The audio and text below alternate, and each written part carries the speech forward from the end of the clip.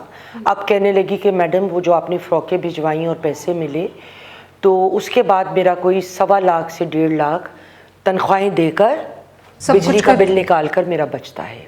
Very good. اب ظاہر ہے جب انہوں نے پہلا قدم رکھ دیا انشاءاللہ آگے ان کی اور بڑھا سکتی ہیں 2 سے 4 اور 4 سے 8 ہونا پھر کوئی اور مشکل یہ نہیں بڑی ہوتا. اسپیشلائزڈ فیلڈ ہے. اس کے علاوہ آج کل عورتیں گھر سے بڑا کچھ کر رہی ہیں, پھر گھر سے وہ فیکٹری کی طرف چلی جاتی ہیں. بالکل. چارم انٹرنیشنل ایک وہ پروڈکٹ ہوم میڈ جو میں نے خود بہت ٹرائی کی ہے and I am a huge fan now. میں ان لوگوں کو نہیں جانتی کون لوگ تھے, کسی نے ریکمینڈ کیا, مجھے کچھ پرابلمز آ رہے تھے اور مہینے کے اندر لوگوں نے پوچھنا شروع کیا کہ تم کر کیا رہی ہو, ایک دم فرق ہے, یہ ہے بیگز چلے گئے آئیز کے نیچے, یہ ہو گیا وہ ہو گیا. یہ ایک مدر اینڈ ڈاٹر ٹیم ہے صبا صاحبہ اور ان کی بیٹی جنہوں نے یہ بڑے چھوٹے لیول پہ شروع کیا. اس کے بعد ان کا کام بڑھا اور یہ کافی آگے تک گئے. اب میں ایسی 2 خواتین کا اس میں اچھا ادھر جانے سے پہلے بہت سے کام ایسے جو آج کل خواتین کر رہی ہیں, یہ ایک آئیڈیا کے طور پہ یا ایک سوچ فکر ڈالنے کے لیے لوگوں کے ذہن میں, کینڈلز, سینٹڈ کینڈلز, سوپس آرگینک عورتیں بنا رہی ہیں اور بہت اچھا کام کر رہی ہیں. Jewellery making. اس کے علاوہ ایک ایسی چیز جس میں آپ کی 0 انویسٹمنٹ ہے. بہت میرے جاننے والوں میں خواتین آن لائن ٹیچنگ کر رہے ہیں.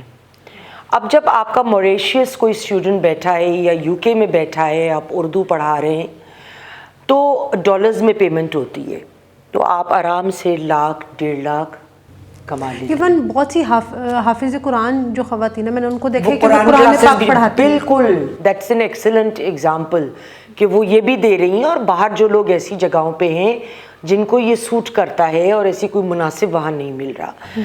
اب اچھا ایک اور چیز یہ, کیونکہ ہم ہمیشہ اربن کے ساتھ رورل خواتین کی بھی بڑی بات کرتے ہیں, تو میں نے آج کل دیکھا ہے دیہاتوں میں ایک ٹرینڈ جو پہلے بھی تھا کہ کافی حد تک, لیکن اب جو چیز بہت زیادہ پھیل رہی ہے وہ یہ کہ وہاں پہ میں نے دیکھا کہ خواتین فیکٹریز میں جاتی ہیں, وہاں سے جیسے ہوتا ہے کہ کپڑوں کے اوپر کام لے کے آتی ہیں, گھر پہ تیار کرواتی ہیں, اپنے ساتھ اور خواتین کو دیتی ہیں, اور اس طرح سے ان میں بھی یہ اویئرنیس بڑھ رہی ہے کہ کام اس طرح سے بالکل کہ ہم یہ کام جو ہے یہ کریں اور ان کو ایک روزگار گھر بیٹھے اس کا مل رہا ہوتا ہے.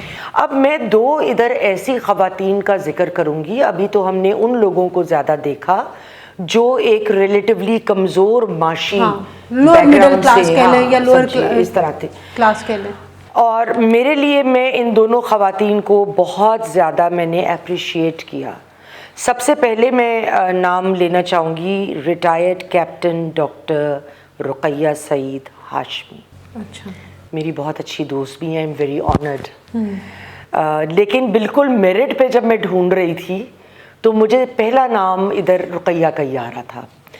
پہلی قبائلی عورت جو فوج میں گئی, پہلی قبائلی عورت جو ڈاکٹر بنی, پہلی قبائلی عورت جس نے 3 سال MPA کا الیکشن لڑا اور جیتی, 2003, 2008, 2013.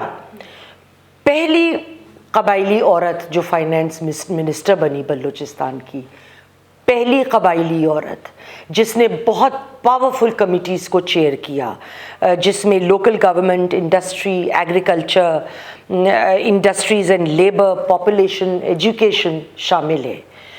پہلی قبائلی عورت جو اس وقت بھی پریزیڈنٹ ہے ہزارہ قومی جرگے کی. اس کے علاوہ انہوں نے ایک ادارہ قائم کیا, society for community support for girls primary education Balochistan. بچیوں کو تعلیم دیتے ہیں. ان کا جو ماڈل ہے ادارے کا وہ انٹرنیشنل ہے ماڈیول ان کا, اور ان کو یونائٹڈ نیشن سے ایوارڈ ملا ہے in recognition of her services, یہ ایجوکیشن بچیوں میں امپارٹ کرنے کے لیے. مائلو ٹرسٹ کی یہ فاؤنڈر ہیں جو ڈرگ سے فائٹ کرنے کا ایک ادارہ ہے. اور جب میری رقیہ سے بات ہوئی تو کہنے لگیں یاسمین آپ کی سوچ ہوگی ایک بندے کے بعد اگر آدھا بندہ بچ جائے نا یہاں جو ڈرگ نہیں لیتا تو کمال ہے. عورتیں کم عمر بچے مرد عورتیں سب ڈرگس پہ. Majority of your population is on some kind of drug over here. تو یہ فری میڈیکیشن اور فری یہاں پہ پرووائڈ کرتی ہیں ان کو ٹریٹمنٹ, اچھا, ان کا علاج وغیرہ. اس کے علاوہ انہوں نے ایک ٹیکنیکل ادارہ بھی قائم کیا ہوا ہے جس میں عورتوں کو اور لڑکیوں کو یہ ہنر سلائی کڑھائی مختلف ایسے کام جس کے ذریعے وہ گھر پہ بیٹھ کے اور ذریعہ معاش اپنا حاصل کر سکیں. Vocational training. But last and not the least she owns the sky F M radio in Balochistan جس میں socio economic conditions, human rights issues, معاشرتی مسائل, اس کے علاوہ خواتین کے مسائل سب ڈسکس کیے جاتے ہیں. تو یہ میں ان سے کیونکہ ٹھیک ہے ان کا یقیناً ایک ویل ٹو ڈو بیک گراؤنڈ تھا لیکن ان کے والد کا کلچرلی ایک ایسے معاشرے میں رہ کے یہ سب اس کلچرل طریقوں سے فائٹ کر کے اور بیٹی کو پڑھانا اس لیول, اور پھر ان کے شوہر بیوروکریٹ ہیں, انہوں نے بڑا ساتھ دیا, سپورٹ کیا انہیں. تو I think Ruqaiya is one of those very few women I saw in my life. I mean imagine first قبائلی and coming up like this. بالکل. تو بہت بڑی بات ہے جی. ایک اور ایگزامپل جس کا میں تذکرہ ضرور کرنا چاہوں گی, ڈاکٹر رخشندہ جو ڈائریکٹر ہیں یونیورسٹی میڈیکل سینٹر ٹیکساس میں. جتنے میڈیکل ڈپارٹمنٹس ہیں کسی چیز سے متعلق وہ سب ان کے انڈر ہیں, لیکن ان کی speciality breast cancer, breast surgery, dexterity جس کو کہتے ہیں. انہوں نے مجھے کہا کہ دیکھیے خواتین عموماً ایون باہر بہت دفعہ دے آر مور کمفرٹیبل اگر وہ عورت ڈاکٹر کو دکھائیں, وہ اتنی کمفرٹیبل نہیں ہوں گی اگر کسی مرد ڈاکٹر کو دکھائیں. اور پھر انہوں نے بڑا ایک حیرت انگیز انکشاف کیا, میرے لیے بڑی تعجب کی بات تھی. کہنے لگیں بعض دفعہ اگر ایک عورت کو پتہ ہے کہ کیا کوئی پرابلم ہے, اب اس کو نہیں پتہ اس کو کیا پرابلم ہے, اس کو یہ پتہ ہے اس کو کوئی پرابلم ہے, مگر وہ ڈاکٹر کے پاس نہیں جائے گی اگر اس کے پاس فیمیل ڈاکٹر کی آپشن اویلیبل نہیں ہے. تو بالکل بہت ٹائم تک ویٹ کرتے رہتے ہیں, ڈھونڈتے رہتی ہیں اچھا کہ اگر کوئی ملی تو دیکھ لیتے ہیں ورنہ نہیں. اچھا اس میں کزمیٹک سرجری بھی انوالوڈ ہے. کزمیٹک سرجری سے متعلق میں ایک بات خواتین کو ضرور پہنچانا چاہوں گی. عورتیں جن کی کزمیٹک سرجری ہوتی ہے, اور میری جاننے والوں میں میری ایک دو فرینڈس کی ہوئی, بریسٹ کینسر کی سرجری ہوئی, half of they breast was taken out, وہ بہت زیادہ ایک ذہنی کرب میں مبتلا رہیں. وہ مجھ سے ڈسکس کر لیتی تھی. ان کا کرب کیا تھا کہ میرے میاں کے لیے میں اب اٹریکٹیو نہیں رہوں گی. اور یہ ایک عورت کے لیے واقعی اگر ہم سوچیں تو آنے والی سوچ ایسی ہے کہ قدرتی ہے. اس میں پھر میاں کی سپورٹ, کیونکہ ایک ہوتا ہے کہ آپ امپلانٹ کروائیں. امپلانٹ کا پرابلم کیا ہوتا ہے, بعض دفعہ کینسر, بعض دفعہ ہر دفعہ نہیں ہوتا, ایگزیکٹ اسی جگہ دوبارہ ہوتا ہے جہاں پہلے ہوا ہو. تو اگر آپ نے امپلانٹ کیا ہے تو وہ نیچے چیز دبی رہے گی, اوپر ایک کورنگ آ گئی نا تو آپ کو ذرا ہو سکتا ہے دیر تک پتہ چلے کہ پرابلم ہو گیا ہے, اور پھر وہ ایک زیادہ لیبوریس پروسیجر ہوتا ہے سارا.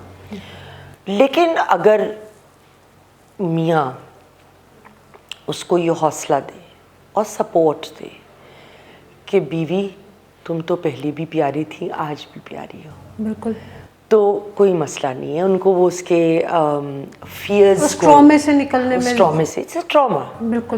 ہاں, تو یہ چیز. اب اس میں ڈاکٹر رخشندہ کی شخصیت کے بارے میں ایک بات اور ایڈ کرنا چاہوں گی, اور اس کے بعد اگر آپ کا کوئی سوال ہے بیفور وی وائنڈ اپ. صرف یہ ڈاکٹری میڈیکیشن نہیں کر رہی. مجھے جو ان کی پرسنالٹی کا بڑا خوبصورت پہلو لگا, انہوں نے ایک کتاب لکھی ہے جو امیزون اور کنڈل پہ ہے, لیڈرشپ ڈی کانسٹرکٹیڈ.